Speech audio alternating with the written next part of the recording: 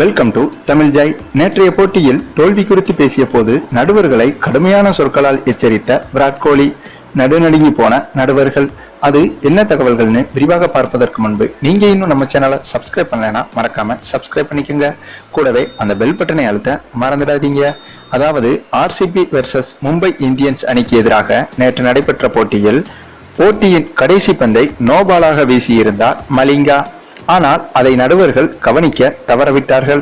ஒருவேளை நடுவர்கள் மட்டும் கவனித்திருந்தால் அந்த பாலில் 3 ரன்களும் ஃப்ரீ ஹிட்டும் கிடைத்திருக்கும். ஏனென்றால் போட்டியின் கடைசி பந்தை ஸ்ட்ரைட்டுக்கும் ஆஃப் சைடுக்கும் இடையே பவுண்டரி லைன் அருகில் வரை அந்த பந்தை அடித்திருந்தார் சிவம் தூபே. ஆகையால் கண்டிப்பாக அந்த பந்தில் 3 ரன்கள் வரை ஆர்சிபி அணியால் ஓடியிருக்க முடியும். பற்றாக்குறைக்கு அப்படி 3 ரன்கள் ஓடும்போது கடைசி பந்தின் பேட்டிங் ஸ்ட்ரைக்கை டிவிலியர்ஸ் எதிர்கொள்ள வேண்டிய சூழ்நிலையும் உருவாகியிருக்கும்.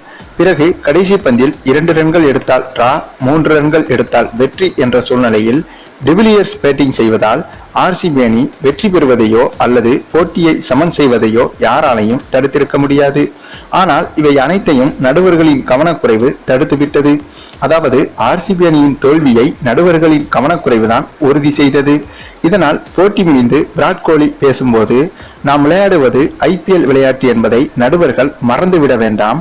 இது ஒன்றும் கிளப் அணிக்காக விளையாடும் போட்டிகள் கிடையாது. எங்களால் மைதானத்தின் வெளியே உட்கார்ந்து கொண்டு நடுவர்களின் வேலையை பார்க்க முடியாது. நடுவர்கள் தான் கண்களை நன்றாக திறந்து வைத்துக் கொண்டு நோபாலை கவனித்திருக்க வேண்டும். அப்படி நீங்கள் செய்திருந்தால் போட்டியின் ரிசல்ட்டையே மாற்றக்கூடிய நிகழ்வாக அது அமைந்திருக்கும்.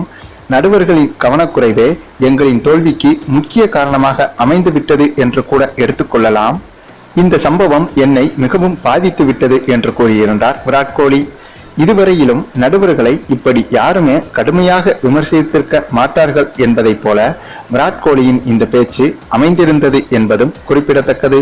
சரி, நீங்க இப்ப சொல்லுங்க, விராட் கோலியின் இந்த கோபம் நியாயமானதுதானா என்ற உங்க கருத்துக்களையும் கமெண்ட்ல தெரிவிங்க. இந்த வீடியோ உங்களுக்கு பிடித்திருந்தால் லைக் பண்ணுங்க, உங்க ஃப்ரெண்ட்ஸ்களுக்கு ஷேர் பண்ணுங்க. தேங்க்ஸ் ஃபார் வாட்சிங்.